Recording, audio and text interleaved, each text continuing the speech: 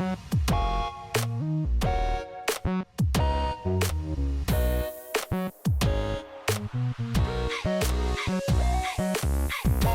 you for joining us for Empowering Multilingual Voices, the Impact of the Seal of Biliteracy, presented in collaboration with FFLA and Clever Languages. My name is Sabrina Feliz, and I'll be your host tonight. We're thrilled to see so many world language educators here who are passionate about helping students recognize their multilingualism as an incredible asset. And tonight's topic, the Seal of Biliteracy, is one that's transforming how we celebrate language learning in Florida and across the nation. We're honored to welcome Berta Delgadillo, whose work continues to inspire teachers and students alike. She's an instructional coach at Woodville Tompkins Technical and Career High School in Savannah, Georgia. Originally from Tampico, Mexico, she's a national board certified teacher and a passionate advocate for equitable and culturally responsive language education. She has over a decade of experience teaching Spanish levels 2, 3, and AP Spanish language and culture, and has been recognized as the 2023 Georgia World Language Teacher of the Year, 2024 School Teacher of the Year, and is a finalist for ACFL's 2025 National Teacher of the Year. Berta also served as the lead facilitator for the Georgia Department of Education's High School Spanish PLC, supporting teachers statewide, and she's currently pursuing her doctorate in educational innovation, continues inspiring teachers nationwide with her workshops and leadership. Berta, we're very honored to have you with us tonight. Welcome, the floor is yours. Thank you so much. I am so thrilled to be here tonight to share about a topic that is very close to my heart, as many of the topics that I always tend to present, and it is the Seal of Biliteracy. So I'm going to speak to you from the perspective of a practitioner, because even though, as it was mentioned in my bio, I am currently an instructional coach. I was given the opportunity to do that this year, but I taught Spanish 1, Spanish 2, Spanish 3, AP Spanish, language and culture for 13 years. And then I was also the person who coordinated the Seal of Biliteracy at my school. And I was the person who reports to the district specialist. And so that is part of my experience. So I will be speaking to you in our agenda today from experience, from my teaching experience. So today we're going to discuss a little bit of the purpose, criteria, and benefits of the Seal of Biliteracy. And I want to ask you if you could let me know in the chat um, if your school implements it. You could just tell me yes. And then if you are brand new and you're trying to implement it, you can tell me I'm new in the chat so that I know who is here today. Then also, we're going to be discussing a little bit of the impact on students, schools, and future opportunities that we can bring to our students through the Seal of Biliteracy. And I'm going to also connect you with some resources and some strategies so that we can guide students of all backgrounds across grade levels at the high school towards earning the Seal of Biliteracy. And what I mean by all backgrounds, we're talking about our students who are learning Spanish as their first language. And we're also referring to our heritage speakers of Spanish who might be learning Spanish or enhancing the Spanish in the Spanish classroom. And we're also referring to students who speak other languages who may be less common. And we also want to make sure we make the Seal of Biliteracy accessible to them, because what research shows is that many different districts, there's discrepancies on who ends up receiving the Seal of Biliteracy. And I'm not just referring to the state of Florida. This is like nationwide, and we'll discuss a little bit more about this further. We're also going to identify some strategies to remove the barriers and implement a more inclusive outreach to make sure that all the students and families are aware how they can pursue the Seal of Biliteracy. And I'm going to invite you to envision plans to build a school culture that celebrates the linguistic diversity through the Seal of Biliteracy and involve families, administrators, and community partners in meaningful recognition efforts that you can create with the students. So I see that people in here, we have a lot of new ones, but we have Blanca who says we have it. And then people here have wondering. We do not have it in your in your district. That's what I'm reading. And yes, so we have few people who said yes, my school is implementing it, and then it's new. So this is great. I'm hoping that through this presentation, those of you who have it can find some ideas to expand it further, or can take away some ideas um, of newer things to implement through the Seal of Biliteracy. So we can go to the next slide, please. So every presentation that I've ever been to, whether it's in person, virtual, they always use this resource to discuss what is the Seal of Biliteracy. And this is, if you're not familiar with this site, this is one of the resources, and it's a resourceful site that has a lot of data. It contains reports of the Seal of Biliteracy that support it, and it also has the state by state different guidelines, because every state has its own guidelines. So the Seal of Biliteracy, as some of you in here know, and those of you who are new to it, you have an idea of what it is. It is an award that is given, and it is given by a school or district or state that recognizes the students who have attained a certain level of proficiency. Notice we say proficiency, not like fluency, and in 2 or more languages by the time they're done with the high school graduation. So that is the Seal of Biliteracy in a nutshell. And I mentioned the website, the sealofbiliteracy.org. This presentation is not affiliated with this website. I am not affiliated with this website. The reason I'm sharing it is because they are a resource available to everybody in the country that it's looking for ways to start advocating for the Seal of Biliteracy within their state, within their not the state, their district, their school. So yes, that's why I'm sharing this site. And you can, if you have never been to it, I really want to advise you to click at the link later on and peruse the resources, because they have many, and also the reports that they have to support the Seal of Biliteracy. And if you click, they have a map. If you click on this on your state, you'll be able to see exactly what are the requirements for the Seal of Biliteracy in your state, and we'll discuss some of those tonight as well. We can go to the next slide. So just a little bit about the Seal of Biliteracy. The first state that implemented the Seal of Biliteracy is California in 2011. Just some Seal of Biliteracy trivia. But right now, I am happy to tell you that all 50 states and the District of Columbia have established a Seal of Biliteracy program. So every single state has an approved Seal of Biliteracy program through legislation. And that is great that every state has it. If you would like to know, Florida was a state number 19 to adopt the Seal of Biliteracy. And the very, very last state that adopted the Seal of Biliteracy was South Dakota. And that was not too long ago, last year, 2024. That was the last state that adopted the Seal of Biliteracy. So like I said, it is great that every state offers it.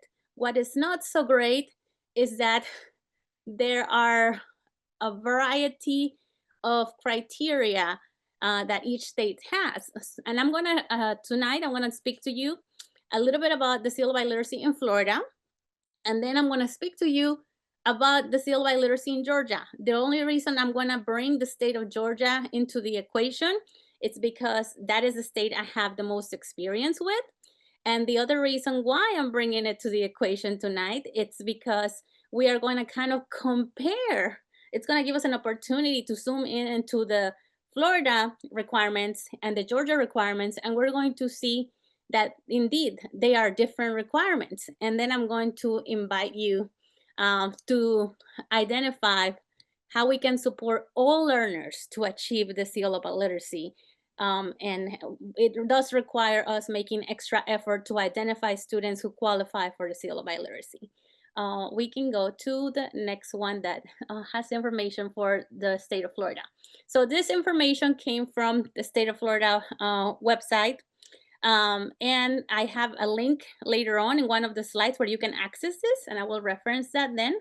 But the Seal of Biliteracy in Florida was established to recognize high school graduates who has attained a high level of competency in all skills: listening, speaking, reading, and writing in one or more world languages, in addition to English. So for the state of Florida, the state of Florida is actually very specific, and they have, I mean, they have this criteria.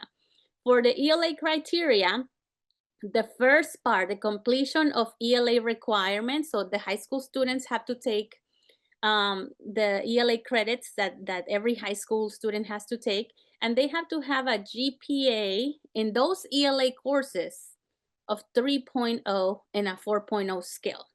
So the students have to take all those ELA courses, and they have to have a 3.0 average on those ELA courses. In addition to that, you're going to see that I have them labeled as A, B, and C. They have to be able to meet one of those letters, A, B, or C. So they have to pass the state test at the required level, and then they have to pass the AP English with a score of 3 or above.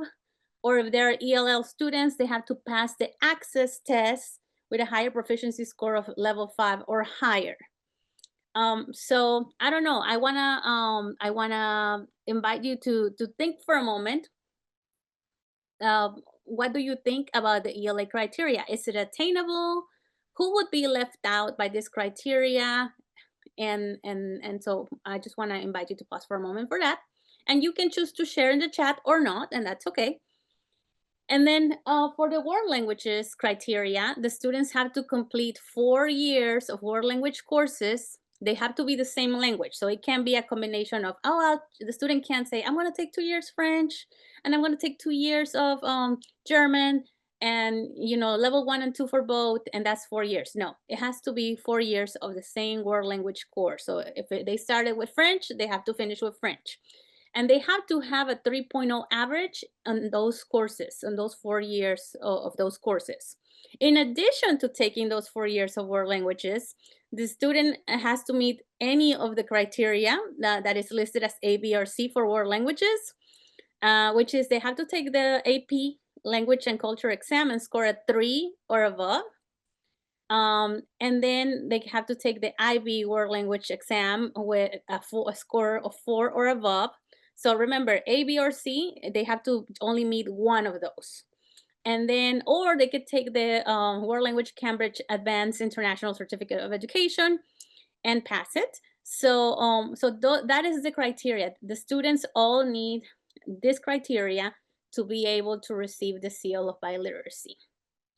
So it does seem, I don't know, I want to invite you to tell me in the chat right now, what are you wondering? If you are the person who is here, it's because you have a desire to advocate and bring this to your school. Or maybe you are here as a teacher and also as a parent because you want your child to earn something like this as well. I don't know if you have any wonderings, like I'm wondering if you have any wonderings, you can put them in the chat. And again, if you have any questions, you can put them in the question box because we are going to have a Q&A later on. So this is, in a nutshell, the criteria to obtain the Seal of Biliteracy, because the students have to prove that they are skilled in a high level of competency in all the communication modes, in English, and then in another world language. So that's what has to happen in the state of Florida for them to obtain it. And so this is very interesting, and I know it's a lot of information, but now we are going to go and take a snapshot to see how Georgia does it.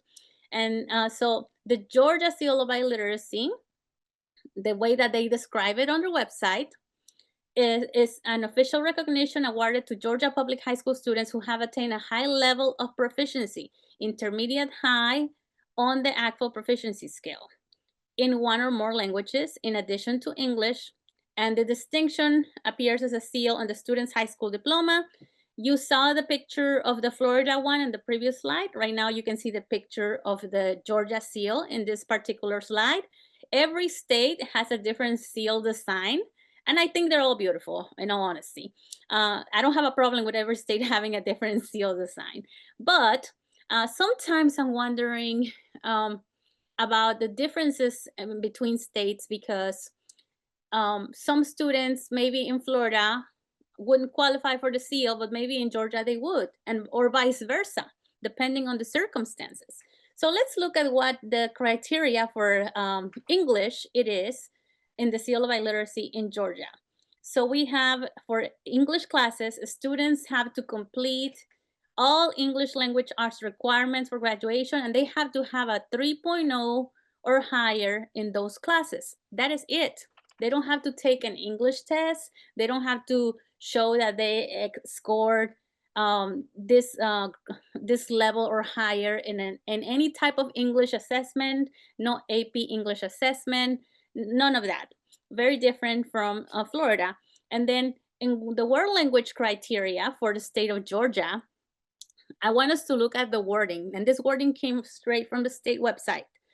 Proficiency in one or more language other than English, they can demonstrate it by passing a foreign language AP examination with a score of 4 or higher.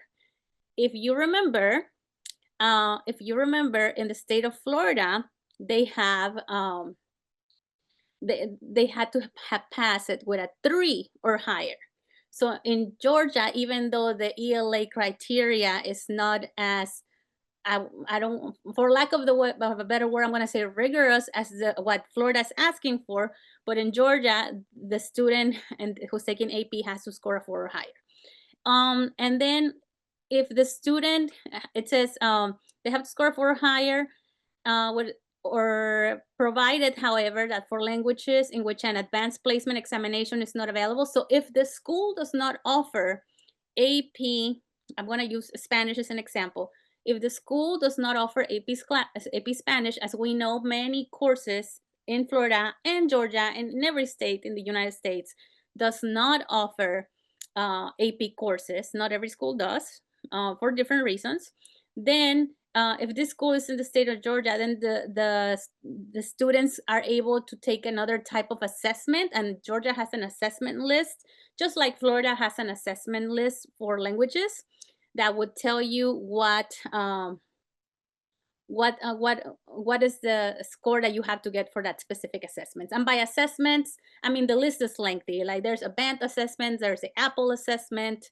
I mean there's a ton more assessments that I can't even think of all the names, but your state will give you guidance on that specifically. So and yes, Maria, well, hold on. Betsy says, I'm wondering if a student is proficient in a language, would they be able to sit for the exam? Would they be able to sit on the exam? Oh, you mean like an AP exam? That would be a question for the school where the student will be taking the test.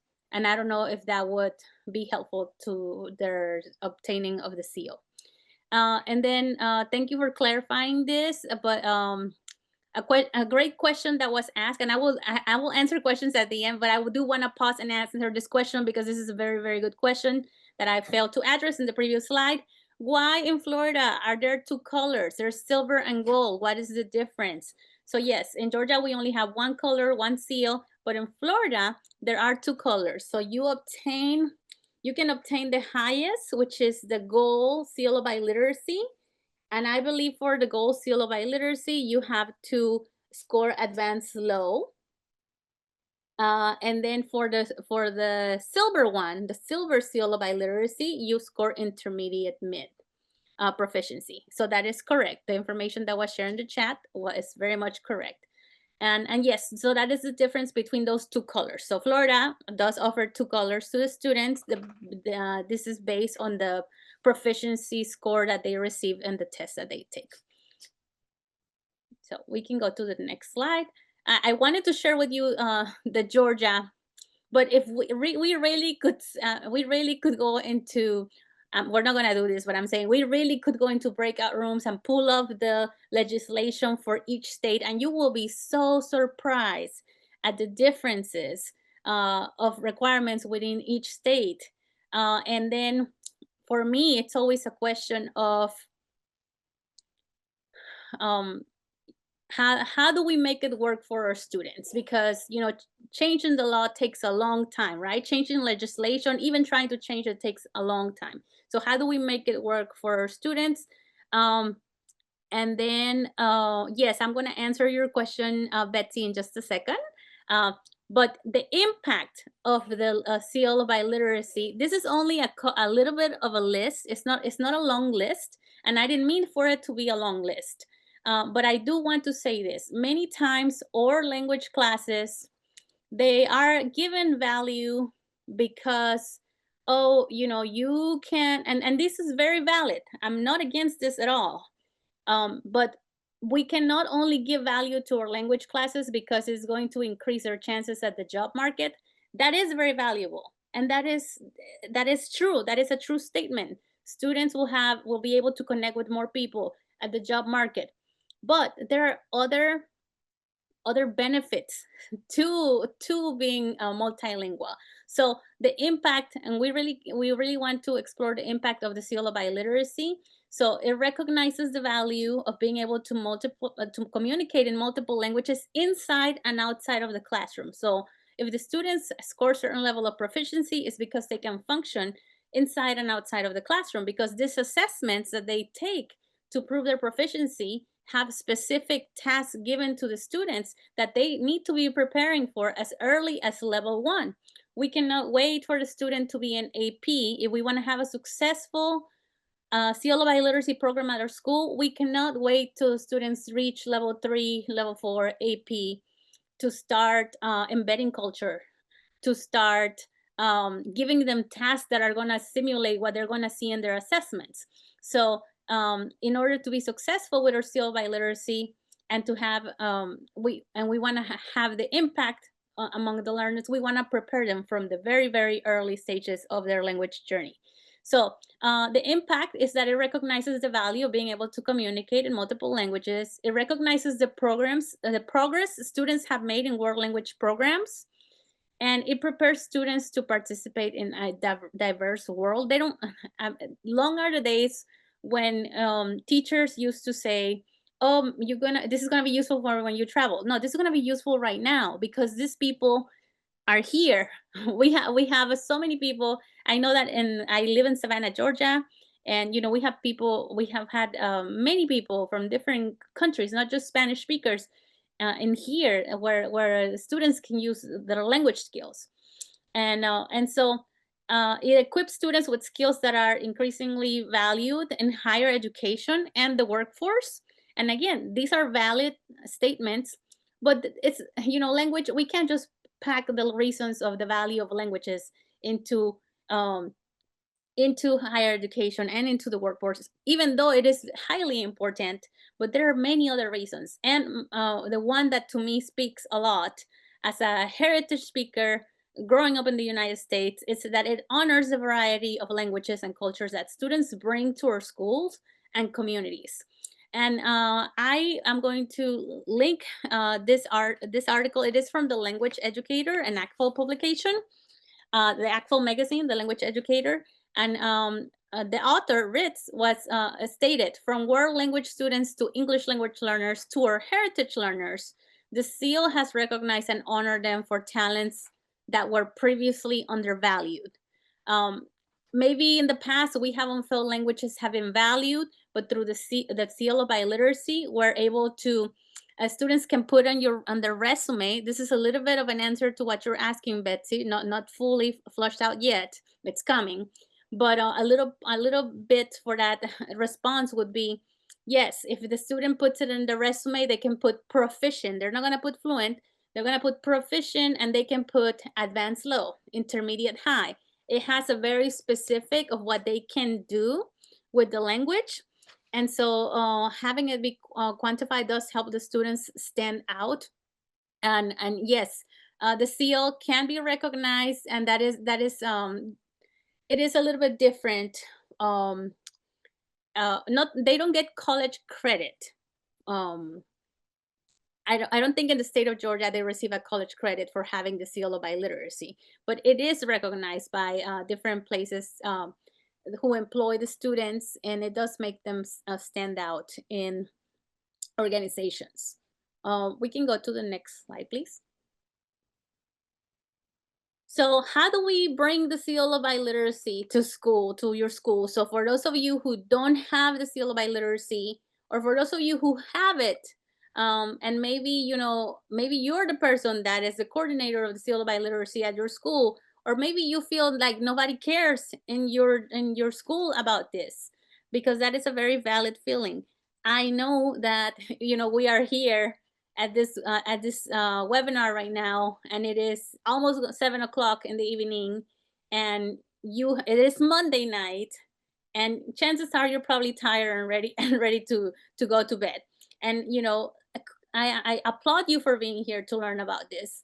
And I do have to tell you and have to be very honest that if no one else is looking to bring this to your school, or no one has, it may have to start with you. And this is not necessarily what you want to hear, but maybe it's not what you want to hear, because here is another task and another project for us to do.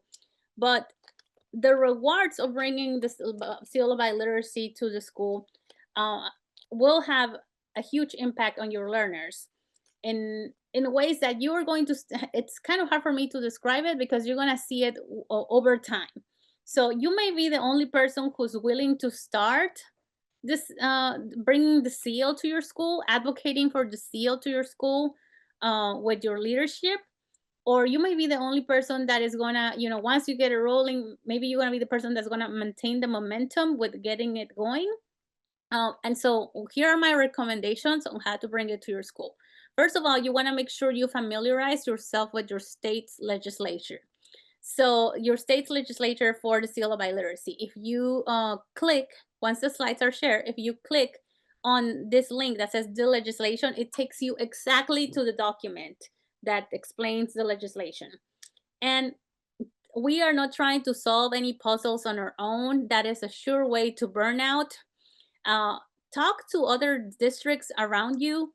I know that for me, it was it was so important to see what other people are doing, and up to this day, I still go to presentations when I go to the national conference, and I go see what other schools are doing, and I engage in those conversations, because I don't want to reinvent the wheel. If somebody's already doing something that's working, I want to try it, and then I can tweak it to meet the needs of my school.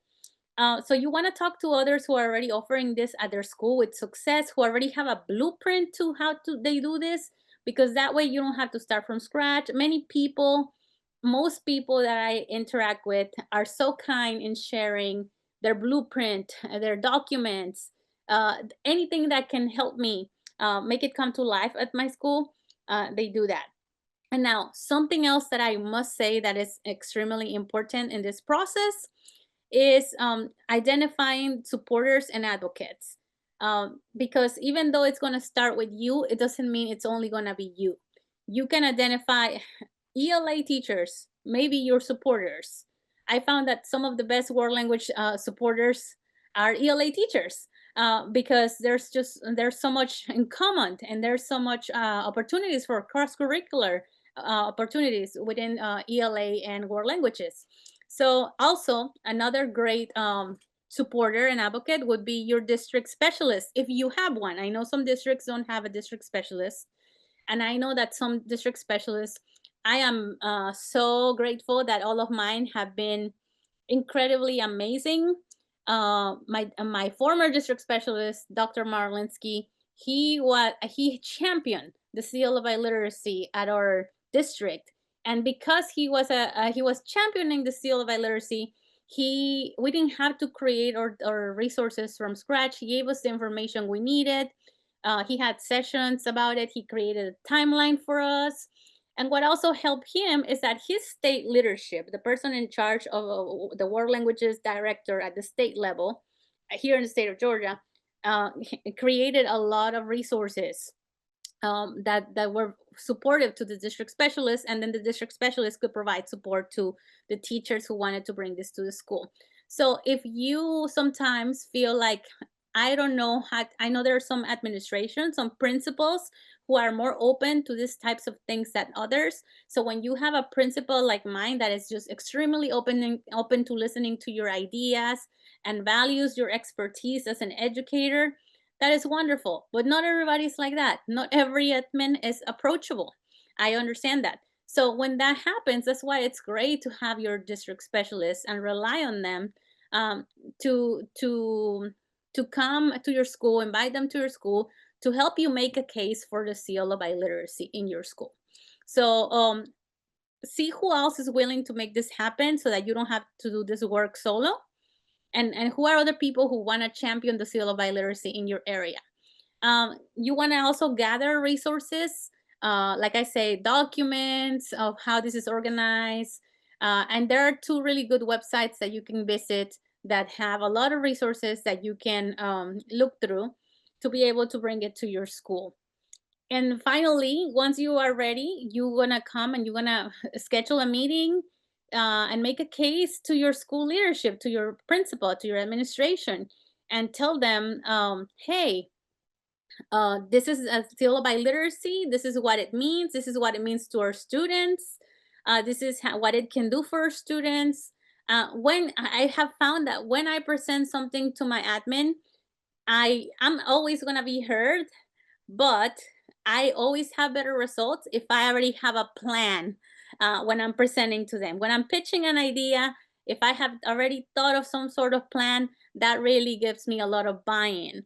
And then I don't want you to leave out the question: how will your school focus on equity? Meaning that we make the seal available to all the students, not just the students who are learning French as their first language or Spanish as their first language, but also to our heritage learners, also to our students who may speak other less commonly taught languages. And we do so by making the information accessible and creating pathways for them to access the seal. So what happens? Okay, so this slide is good, but I'm gonna pause right here for a moment. We talked about outside of the U.S. I have heard. Okay, so Betsy, for your questions, uh, you will be more than likely to get better responses at the website of the Global Seal of Biliteracy. So we talked about the Seal of Biliteracy in the state of the Florida. Then I kind of brought you just a contrasting point of how it's done in the state of Georgia. But today I want to share with you this other seal of biliteracy, which is just as valuable.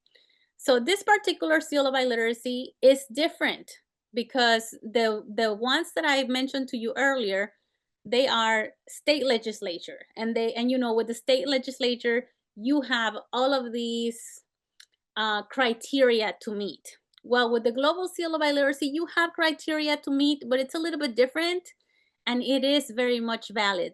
There are people who do not live in the United States who are getting this global seal of biliteracy because it helps them and with universities and colleges, and it is also acceptable in other places.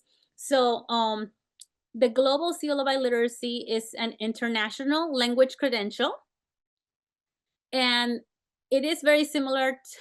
It's a similar idea to the State Seal of Biliteracy, but it is it is ran by a completely different entity.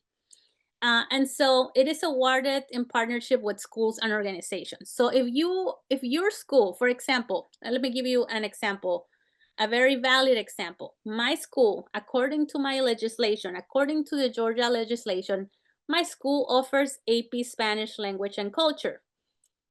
According to the way that the legislation is written in Georgia, unless my students come and take Spanish, AP Spanish language and culture, and they score a 4 or higher, they cannot receive the seal of biliteracy when it comes to English and Spanish.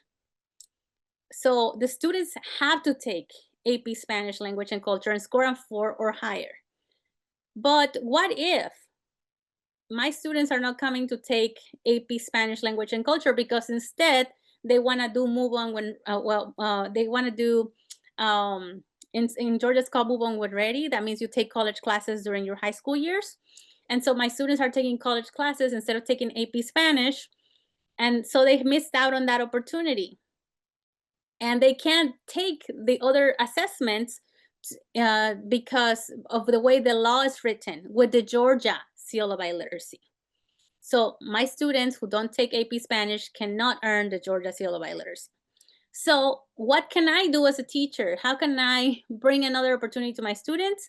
Well, I can use the Global Seal of Biliteracy and get them a Seal of Biliteracy, that is the Global Seal of Biliteracy, through this organization. Because in this organization, they have to take an assessment to prove their proficiency, and they don't have to take the AP Spanish class. They don't have to necessarily follow whatever the Georgia legislature says because it's a different type of seal.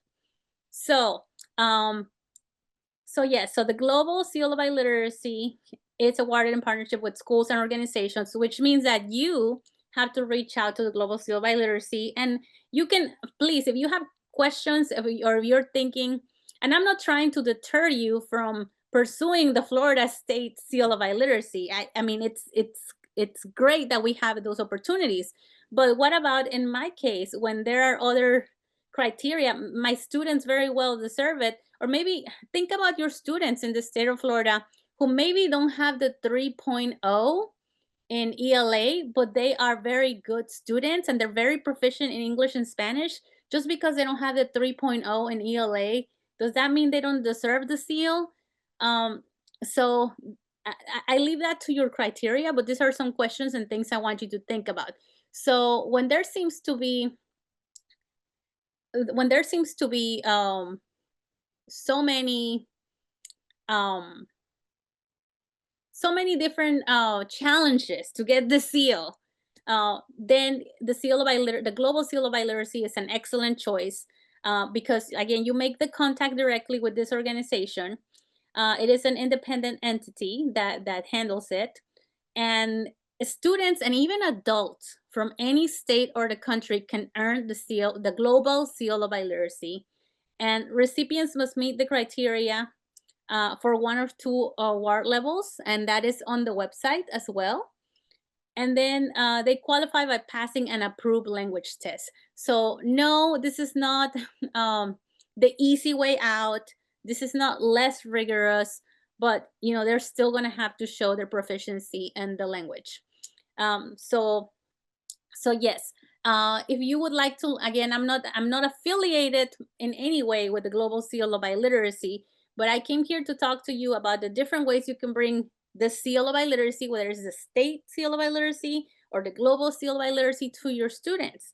Because I have heard way too many people, friends. I have so many friends in Florida who said, "Oh my God, I would really have students who have missed out because of the ELA criteria, because maybe they arrived to the United States when they were sophomores, but they are very functional in English and they just didn't have the 3.0, and like those kind of scenarios." So that's when maybe the Global Seal of Biliteracy is a good choice.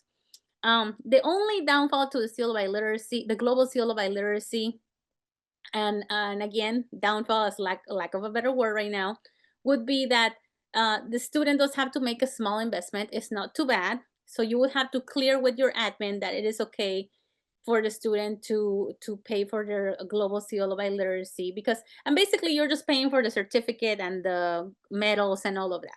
So I have seen teachers who award the State Seal of Biliteracy and the Global Seal of Biliteracy, and I have also seen teachers who in other states, in a variety of states, who are just like, I don't want to deal with my state's legislation, and I'm just gonna go get the Global Seal of Biliteracy for my students. So that's where this is coming from. So how do we prepare the students to be proficient? So I talked to you already about the different types of seals of biliteracy out there, but at the end of the day, they're still going to take very similar tests, whether they go with the State Seal of Biliteracy or the Global Seal of Biliteracy, they have to take proficiency assessments. And like I said, it could be, there's so many out there. And if you go to the Global Seal of Biliteracy website, it'll tell you what assessments they accept and what it is that how they do it. But how do you prepare the students to be proficient in these assessments? Well, we're not going to wait till they're on level 3 to start preparing them. We want to start preparing them in level 1. So we want to make sure that we create, whether your teachers are creating their own lessons, or we select resources from a curriculum that is going to nurture the desired level of proficiency from the very beginning. So if we are going to choose our curriculum, we're going to choose it wisely, and our students are going to be preparing for that from the beginning. So this right here that you're looking at right now on the screen, it's one of the pages from the first unit of Reporteros. Reporteros is the world languages textbook for level 1.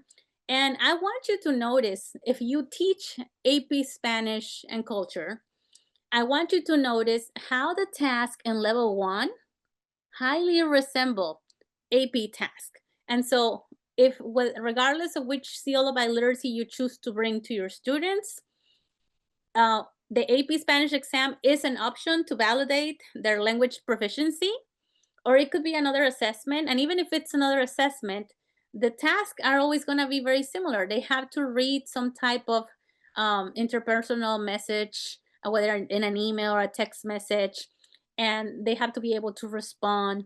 So I just wanna say, to prepare the students to be successful. So yes, we wanna advocate for the seal of biliteracy, but once we get a go, we want to make sure that we are having students actually reach that proficiency level so that they can attain the seal of biliteracy. And how do we make sure that they do? Well, by teaching our hearts out and by making sure we have the right resources. So it could be that the teachers are going to be creating their units, or if you have a district that will provide you a textbook, you can advocate for something like Reporteros.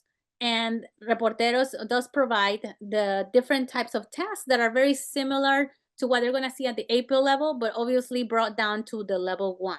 And you are going to see that on every single textbook, that they have their assessments and their activities mirror what rigorous assessments at the end for the seal of biliteracy are going to ask the students to do, the tasks that they're going to be asked to interact with.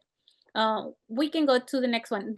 There's also a French version of Reporteros as well. I mean, same thing. We want to make sure our students are not only linguistically competent, we want to make sure that they're culturally competent.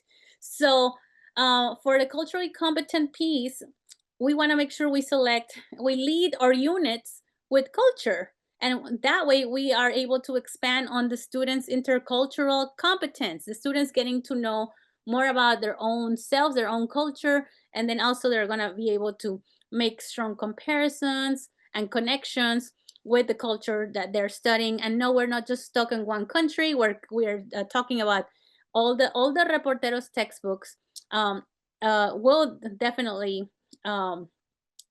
definitely showcase different countries, whether it is that you have the Spanish version or the French version, German version. Like, you will have the materials and you'll be able to see how culture is very strategically and richly embedded in every single unit.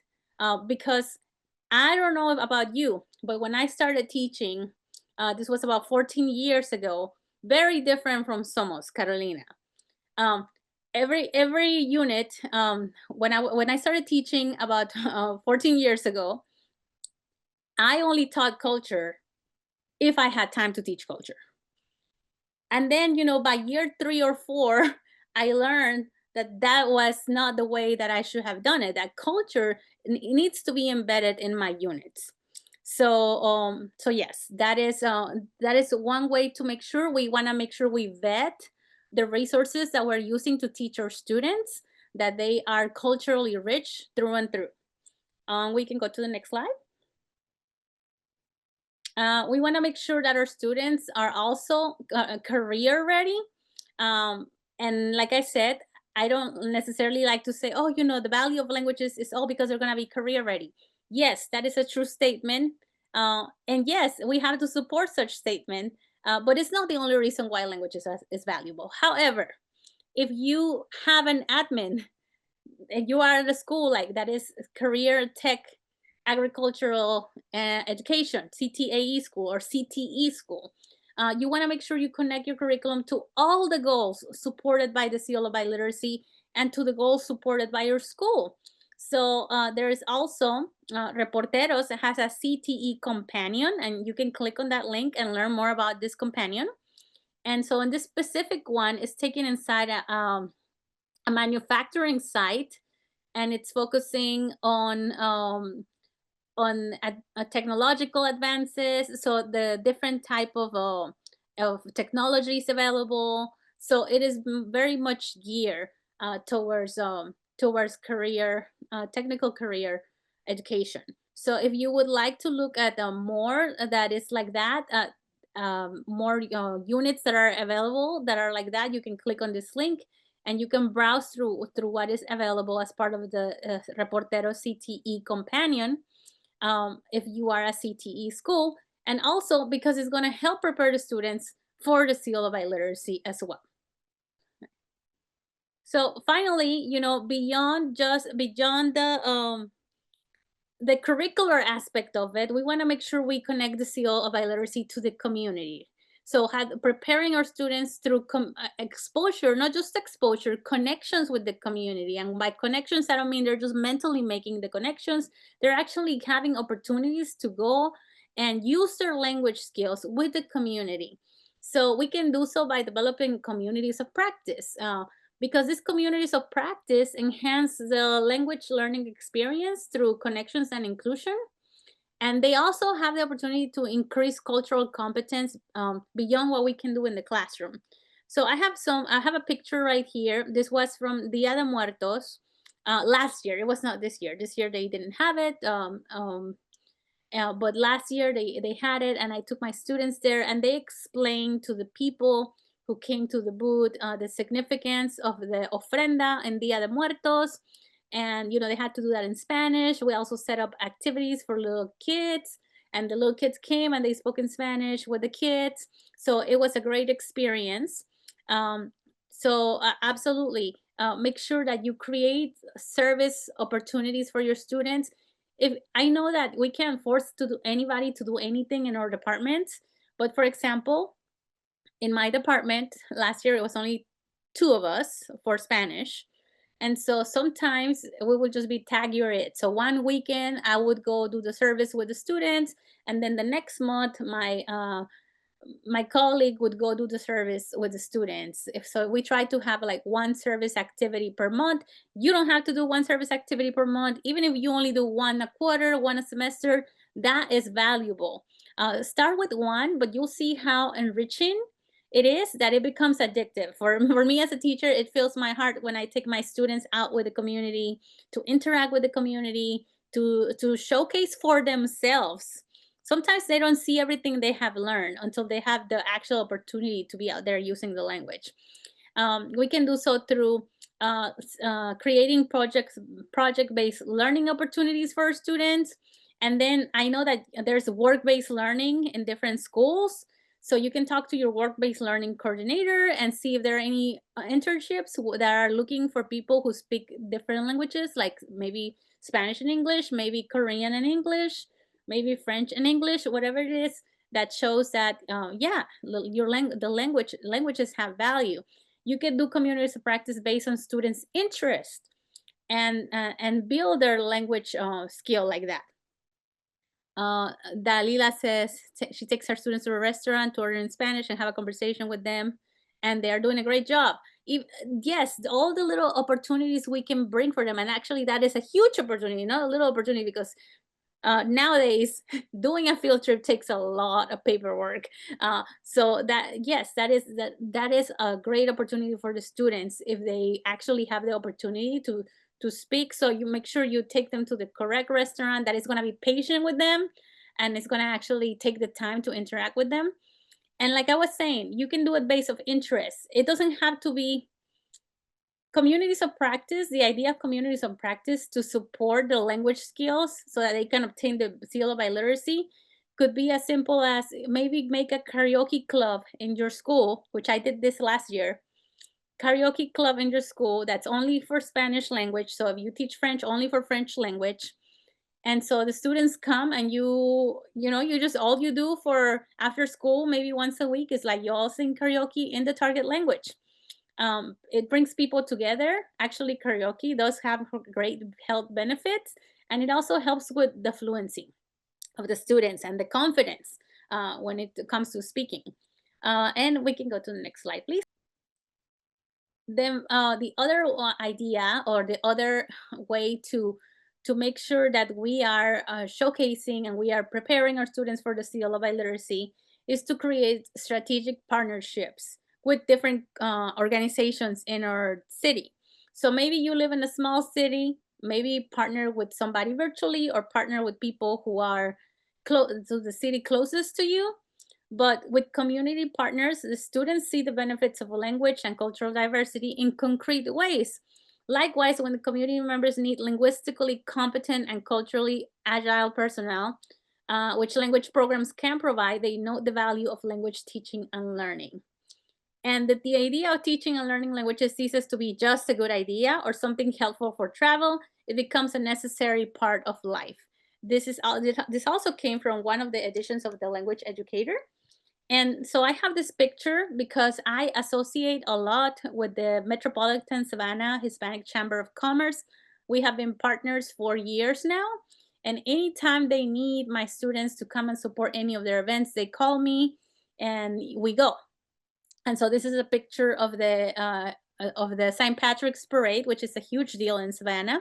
And my students went to the parade, and then they interacted with the Hispanic community in the parade.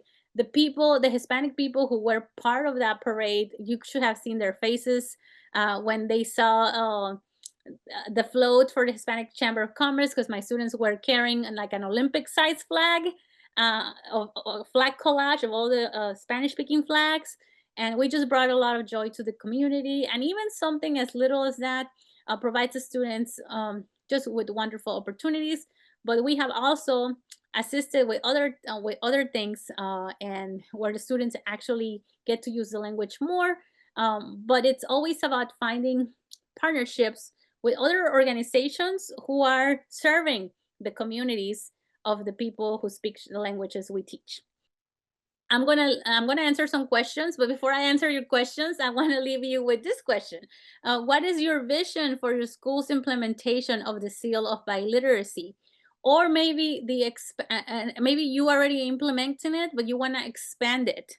Maybe you want to expand it and you want to say, okay, I offer the Florida Seal of Biliteracy, but I realize that many students are left out because they don't meet this criteria. So I want to try to bring the global seal of biliteracy as an opportunity. Or maybe you want to do both for your students. Like I said, some teachers do that as well.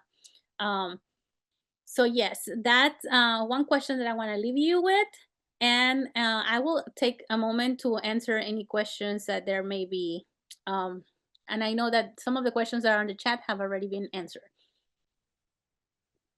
Thank you so much, Bertha. That was incredibly inspired. And yes, we have quite a couple of questions. I'm just gonna do a small recap on the questions, and maybe we can check if they have already been answered. We also have some popping up now. And please remember, everyone, you still have time to place your questions on the chat or on the Q&A. So as for the question of what exactly does the seal do for a student, if it's recognized or accepted by US colleges or outside of the US, you did mention that this could be checked on the website. I don't know if there's any additional comments you would like to put on this particular Yes. question.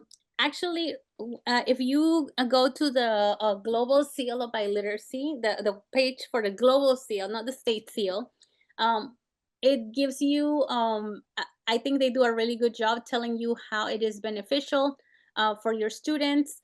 But one of the things that I would say, definitely, like I said, the students can put it on the resume. The students have um, they can take their certificate so they have tangible proof of their language skills. And that is very different from just saying, oh, I'm fluent. But you can go, and it's still valuable. You have students who go, maybe they're not going into the and to apply for a job where they need a bachelor's degree. I'm talking about my high school students who are getting a job at Chick-fil-A maybe, and they go in there and they say, "Hey, I'm intermediate low." And they're like, "Well, what does that mean?" Because not everybody knows this.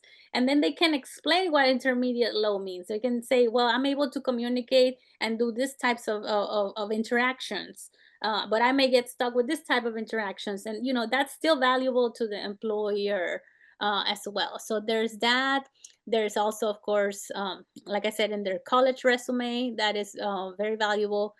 Um, and then you can check further because it can get more specific for the person who asks this question. If you go to the Global Seal webpage, you can check further what it can do, because there are some uh, colleges that may have other provisions for people who have the Global Seal of Biliteracy. Amazing. And could we check again why in Florida there are two colors, silver and gold, and what is the difference? Yes, so for the Florida, there are two colors because we have the gold, and the students who earn the gold, they are actually getting for the gold one, it is awarded for students who have advanced low proficiency. So if they are advanced low on on the assessment, on the proficiency assessment, then they're going to get the gold seal of biliteracy. But let's say the student didn't quite achieve advanced low, they're intermediate mid. That's still valuable. They're still able to hold a conversation. They're still able to communicate.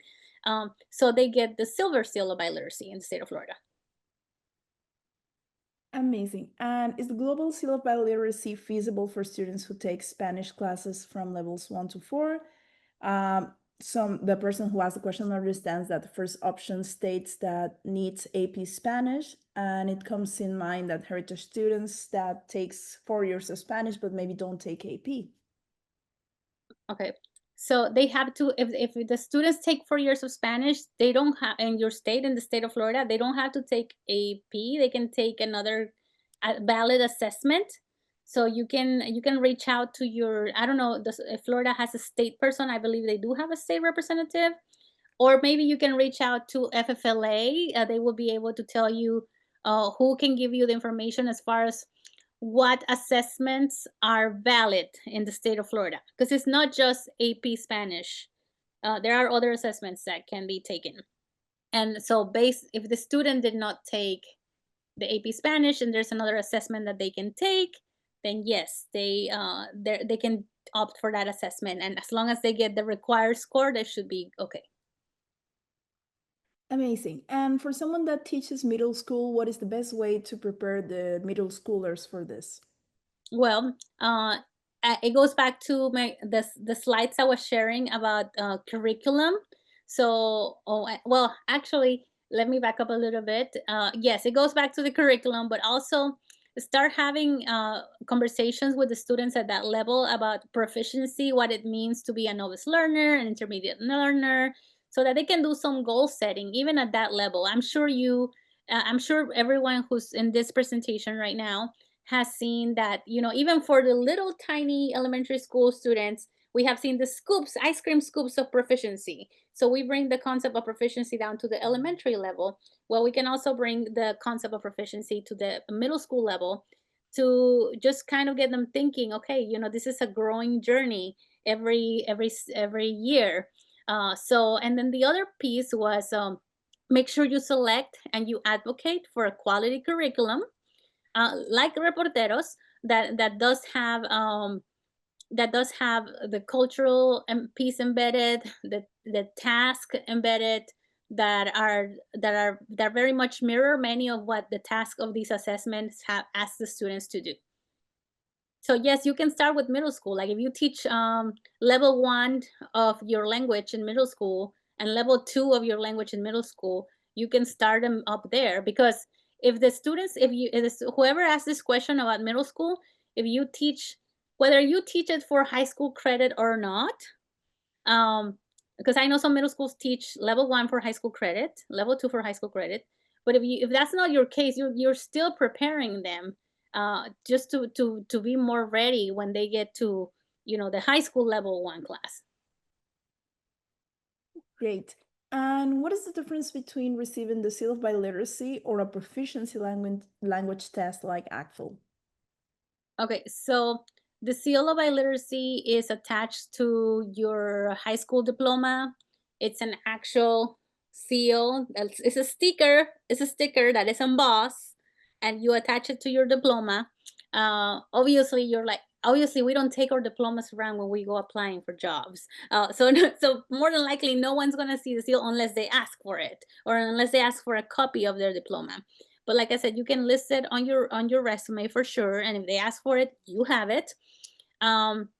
And then if you take the assessment, you still get I mean, if you take a language test, you still can get the score, but you won't have the seal, because the seal is really for example, for an anybody can take an assessment from ACFL for any language and get certified that they speak that language. But the seal is really certifying that you are proficient in 2 languages or more.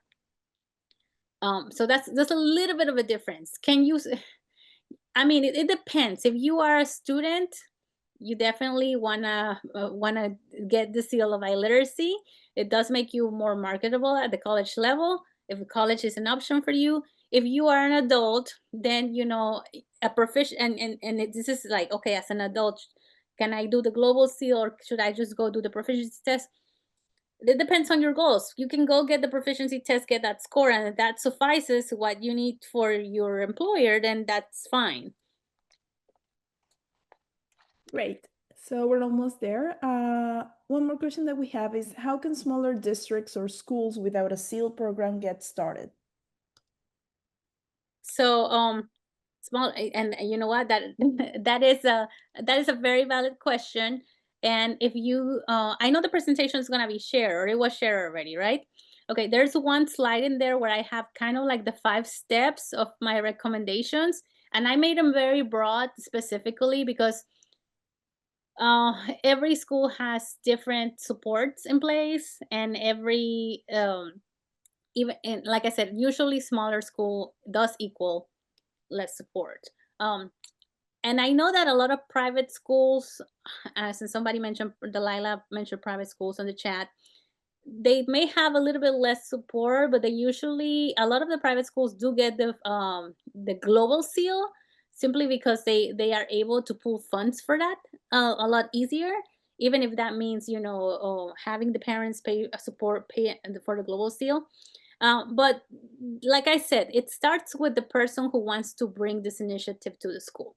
So if you want to bring this initiative to your school, we cannot maybe, and let me be very honest. If you are saying, oh my God, I'm already burnt out, this is not your season to bring the Seal of Biliteracy to the school. And that is okay. But if this is something that is waiting on you, that you're like, I've been wanting to bring the Seal of Biliteracy, start with something little. And even if you start with, like I said, we don't want to forget about the equity piece, making it accessible to everybody. But even if at the beginning, we only have 5 students taking AP Spanish who score the what they need, or we have, a few students taking whatever test to get the score they need, we can start with a few students. And once you celebrate that success, you will gain momentum. You will be inspired to recruit more students, so that each year you have more and more and more. And please, if you do happen to launch your Seal of Biliteracy, whether it's the Florida State Seal of Biliteracy or the Global Seal of Biliteracy, take pictures, send them to the newspaper, celebrate it, have your admin put it on their social media if you're allowed to do that. Celebrate it everywhere, make it visible, because that way you are gonna get more support. People want to support winning teams. So you want to showcase your program, even if you only had 5 students. That you want to showcase that those 5 students got this global or state recognition or national recognition. And you want to make sure you celebrate that so that you can gain the momentum. Okay. what are some ways to motivate heritage learners to pursue the seal? Well, I will start by saying that we want to give information about the seal. I find that my heritage learners are actually the most, well, again, this everybody's different, but I find from experience that mine are usually the most motivated to get the seal, but they haven't, because they finally have an opportunity to showcase and to be celebrated for their linguistic skills. Because many times with heritage learners, people take for granted, oh, I mean, yeah, you are, you are Hispanic, you are Chinese or whatever. Like, yeah, you speak English and Chinese. It's not a celebration, but yes, it is a celebration, because we are going to celebrate every student. It doesn't matter if they're heritage learners or not. We're going to celebrate every student's abilities, to be able to speak two languages, even if they grew up speaking those two languages.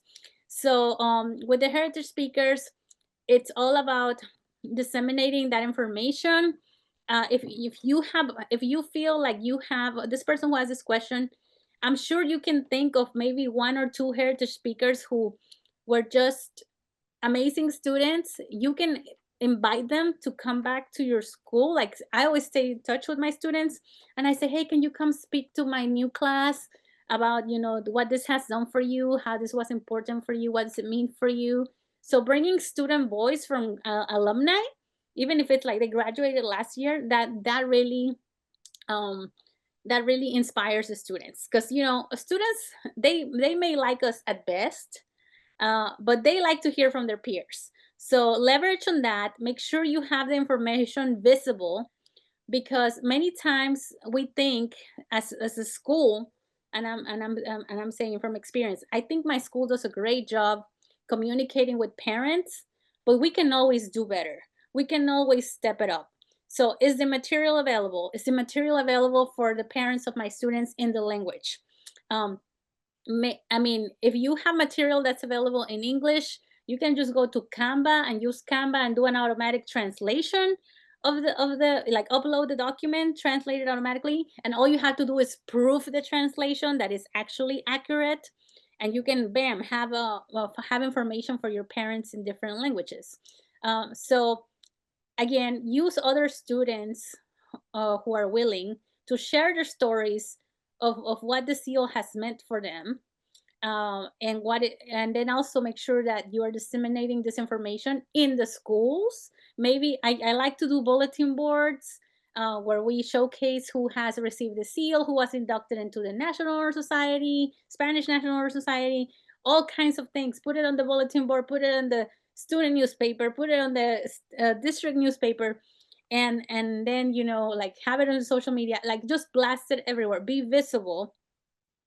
And that's how other people kind of, it gains traction and people want to know more. For the last question, how can someone describe the importance of the seal of biliteracy versus the other seals? Okay, so describe the importance of seal of biliteracy versus the other seal. Okay, so you really have two choices, Amy. You have the state seal of biliteracy, which is the Florida seal of biliteracy, or the global seal of biliteracy. And the main difference is that with the global seal of biliteracy, I think it's more accessible to students, in the way that, and that's just from my experience with the Georgia Seal of Biliteracy, but I think it's very similar to Florida. So, in, like I said, in Georgia, there's specific challenges sometimes in trying in with the wording of the seal, that not all of my students are able to receive the seal of biliteracy, and I personally don't feel that's fair. So therefore, I pull for the global seal of literacy, so that my students can have that opportunity without having that challenge. So that would be the main difference. So, like, again, so you only have two choices: Florida seal of literacy or global seal of literacy. You can give both if you want. So, or you can do one or the other, depending on what you're noticing. Who's applying for the seal at your school?